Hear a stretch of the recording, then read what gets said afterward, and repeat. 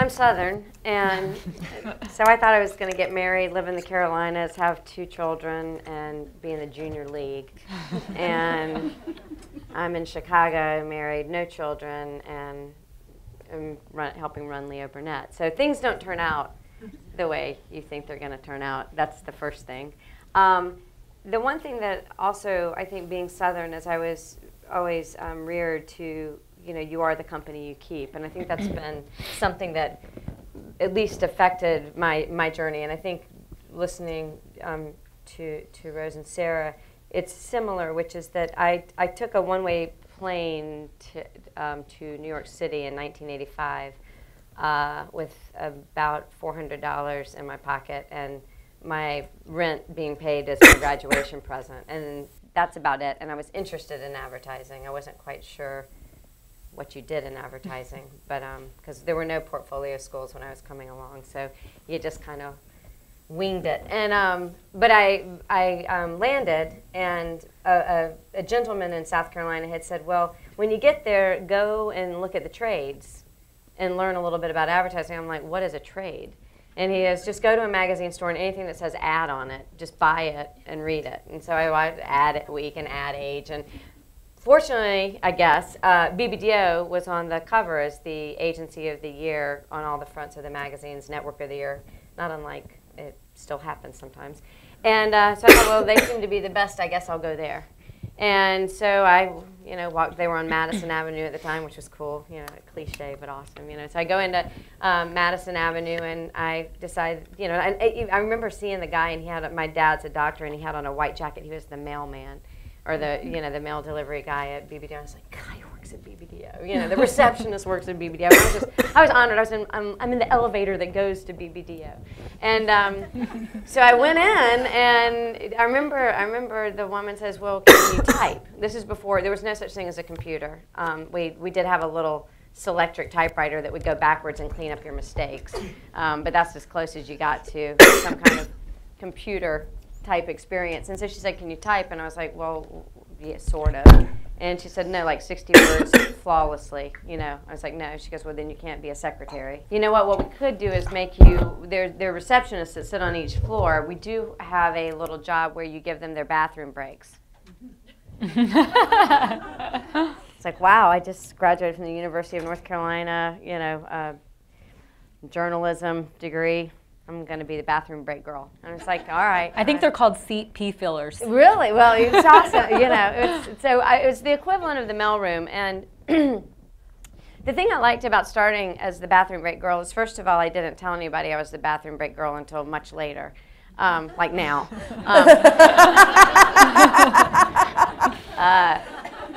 So I wasn't in any station very long, so I kind of was like moved around. So I decided that I would be an intern. I just thought that was, so when people asked me, what did you do? I was just like, oh, I'm interning.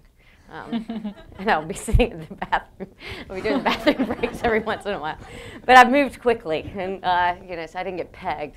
And I did informational interviews with all the heads of the department, which I didn't know what I was doing. I was just kind of making up as I went along. But so, I hung out with Phil Duesenberry and said, what do you do? And that was kind of interesting. But I went to every head of the department. I was fascinated with everything that happened at an agency. I loved research. That was what it's called at the time. And media was still at the agency. I thought that was cool. And there was all these great parties. And account management seemed really interesting because you talked to the client about business. So I was fascinated by the whole agency business. But the creatives at BBDO seemed to be the engine. It seemed that everything served the creative department. And so, again, company you keep, I'm like, I'm going in there. That looks interesting, and that looks like where the where the power is. And then I continued consistently to surround myself with what I thought were the best people. And at the time, it was looking up. I would say, they're doing work I love. They're doing work I love. And I would always, no matter what group I was in, I would always go hang out with the people that were doing the work that I really admired. And the interesting thing is it sort of shifted. I do the same thing, but now I do it that way. I'm like, you're doing work I love. You're doing work I love. Now make me look good this way. So when I think about creative talent, I have certain things that I do very well, but I am in awe of the creative people that I'm around. I was in awe of them above me, and now I'm in awe of the people that work with me. But I think that's been an asset for me, is that I've never had such a big ego that I had to do all the work. I remember I gave Stacey Wall, who's an amazing director now, his first job. Jerry Graff, who, I mean, I hope you know these names. Jerry was sitting in a corner not being used, and he's an amazing writer, and so I started giving him things. And I was always fair, I think. Linda, I hope you say so. But I always, you know, if somebody did work with me or underneath me or on a brief that I own, you know, I tried to go out of my way to make sure they got the credit, they got the, you know, the spotlight. And I think that helped, whereas when I was coming up, a lot of times the kind of people that I worked for, and especially women, they did everything to make sure no one else got the spotlight. And being generous has never been a problem. I've actually felt any time that I put the spotlight on someone else, it actually elevated me. So I think that that was an important thing that I learned early on, is to absolutely give credit to where credit was due and not to be so insecure. And I have to remind myself, it doesn't, you know, it doesn't come naturally, but I have to say, be confident in what you're doing to get this thing to work, and whatever you're doing, whether you're finding the right person to touch it, or you're changing out something, or you're stepping far out of the way, or you're trusting, if the work gets better, you've done the right thing. We have a saying at Leo, which is the biggest ego in the room has to be the brand. And if you live by that, I think it uncomplicates a lot of things, because, and we've been hearing this kind of, you know, it's a consistent theme, which is that we all kind of started working in agencies that were meritocracies. It was about, you know, BBDO's the work, the work, the work.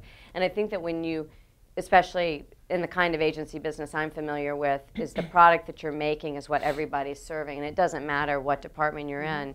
When you live for that work to be great and something you're proud of, it starts to break down male, female, you know, age, religion, sexual preference, whatever. You know, it focuses everything. So while this business sort of exists the way it still does, and we actually make things, I think that if you can remember that, it will go a long way, and you don't have to get caught up in the politics or your age or your gender or whatever that defines you.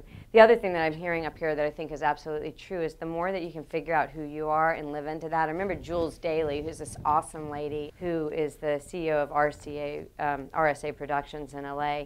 And, you know, she said, I wear my highest heels and I love being a woman, you know, and she lives into it every day, and she hasn't changed. She's playing one of the hardest games in the world, which is Hollywood, and she doesn't change who she is. And I think that's really important, that you're all going to be different. I mean, Sarah, you know, a little demure and hesitant, and Rose wants to be bossy. I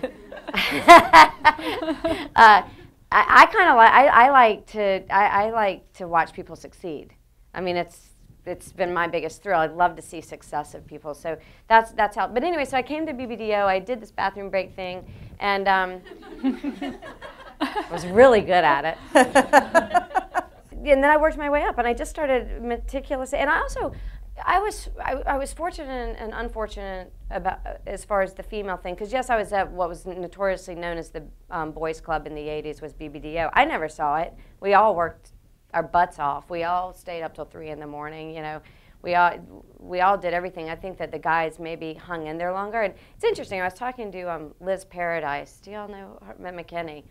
And we were talking one night over a lot of cocktails, and she goes, "I just think we call bullshit on stuff quicker than the guys do." And I thought that was a really interesting perspective about women. Is that, I don't know about you, but I think we need more purpose in our lives. I don't know. Titles and stuff never were. I never got an ego boost from a title. Like, I can't tell you how many guys come in and go, "I need to work on my title." I'm like, Jesus, just do some work.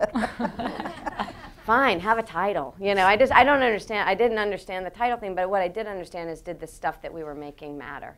You know, and Liz said, you know, I think that what happens is we want to make stuff that matters. We want what we do to be important. And when the bullshit in this industry is so, I mean, it can just overwhelm you. I mean, who was I talking to just a minute ago? Where I think it was Linda. We're like, you know, we're down to lines of copy, to meticulously calculating the power of each word, and you're like, that's bullshit.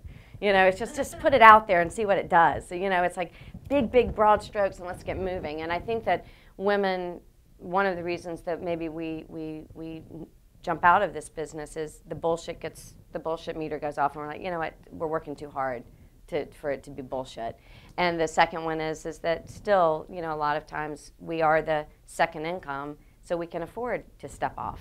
And I think that is, that might be a reason we don't see, we are at this 3% issue.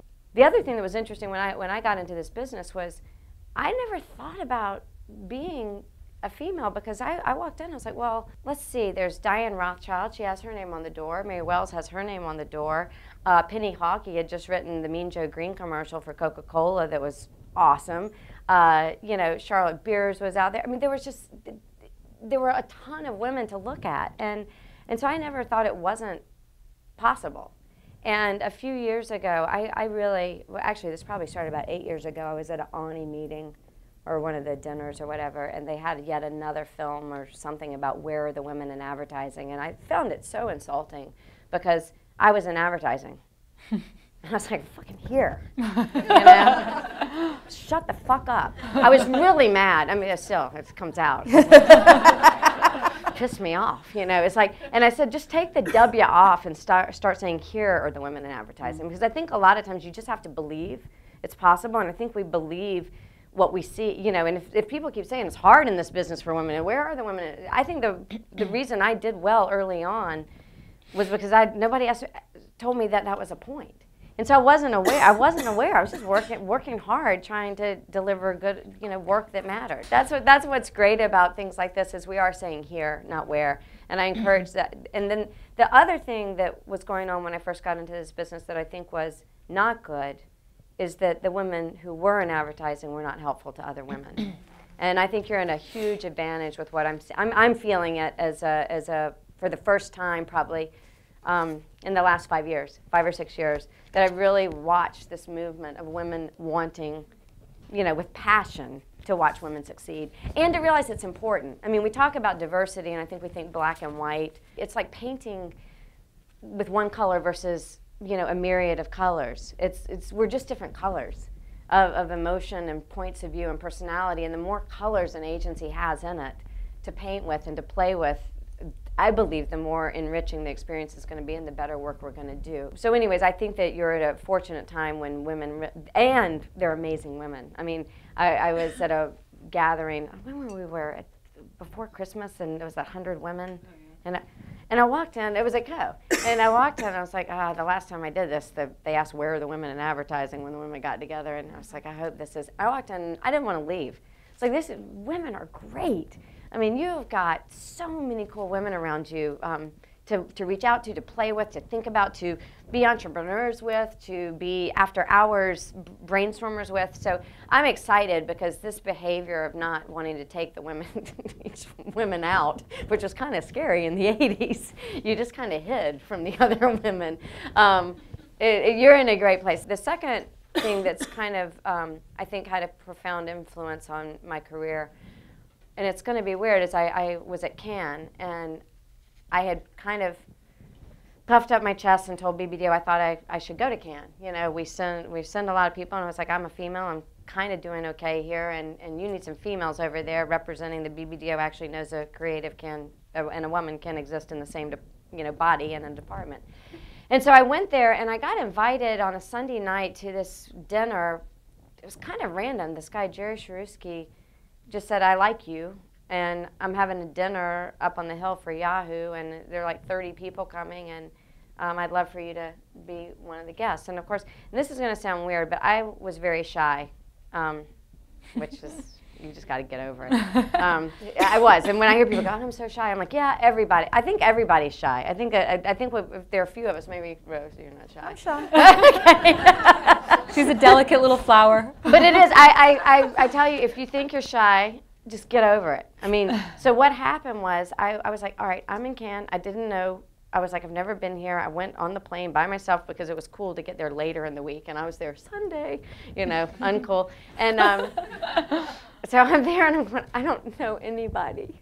I don't know anybody here. I've been at BBDO for my entire career, so I only know people at BBDO.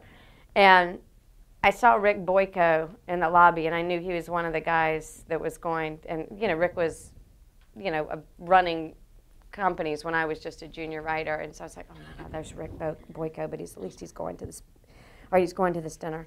So I walked down the stairs of the Carlton, and I went up to him and I said, "You don't know me. I'm Susan." I think I was Susan Fowler at the time. I was like, "You have to help me. I don't know anybody here. I don't know what I'm doing. Just stay with me tonight." And he was with his wife, so it's so it wasn't quite like that. Like right now, not tonight. Yeah, that's how those rumors get started. Yeah. She slept her way over. But what was amazing is instead of going, "Oh, you," or "Who are you?" he went, "Of course, come here." And the next thing I know, I'm in this villa and I'm meeting John Hagerty. I mean, Steve Hayden. I mean, it was just a powerhouse of amazing creatives. And it was the moment that I started realizing that networking was important. And Cindy, I think, also helped me learn this, and several others, that putting yourself out there in the industry is so important to getting to be the boss. If you stay siloed and just do the little thing that you do, and I think, Sarah, you alluded to it too, is that we get so caught up in our day-to-day job that we forget. And getting out there, I think that once I did that, I started getting out on juries and meeting colleagues in the creative world, and learning and growing what I understood about what it was meant to be a creative and making my world bigger. And you know, those juries where after hours you go and you sit and you have drinks and you talk about your passion and what you believe in creativity, and it starts to get bigger and your world starts to get bigger. And I think networking is huge. And I mean, this starts it, but don't underestimate the networking issue. And then the third pivotal moment in my life was when I got a call from Mark Tutzel at Leo Burnett, and he called and said, "Would you like to come and be the chief creative officer of the Chicago office?" And I laughed and said, "Absolutely not. I'm at BBDO. I love my job, and no." And I hung up, and then he called back and said, "Will you just have dinner?" And the more we talked about it, Leo Burnett was doing something that was important to me, which is advertising with a purpose. And it was really about thinking outside of short-term advertising and thinking about long-term points of view about what brands can do in people's lives. And that sounded kind of interesting. And then I got a call from Susan Kirschenbaum, who said, "Will you please do it for the women?" And between the purpose and that call, I was like, oh, crap, going to Chicago. And I'm so glad I did, because it really had, I think it's like Sarah said, stepping up into a leadership, into the C-suite. It's an amazing, if you find the right environment to do it in, and right now I think I am in a right environment because we all believe in the same thing in the C-suite at Leo. But it's an adventure, and it's fun, and being the boss, you think it gets harder. You actually do have so many people there helping you it's not as daunting as you think it would be. Awesome.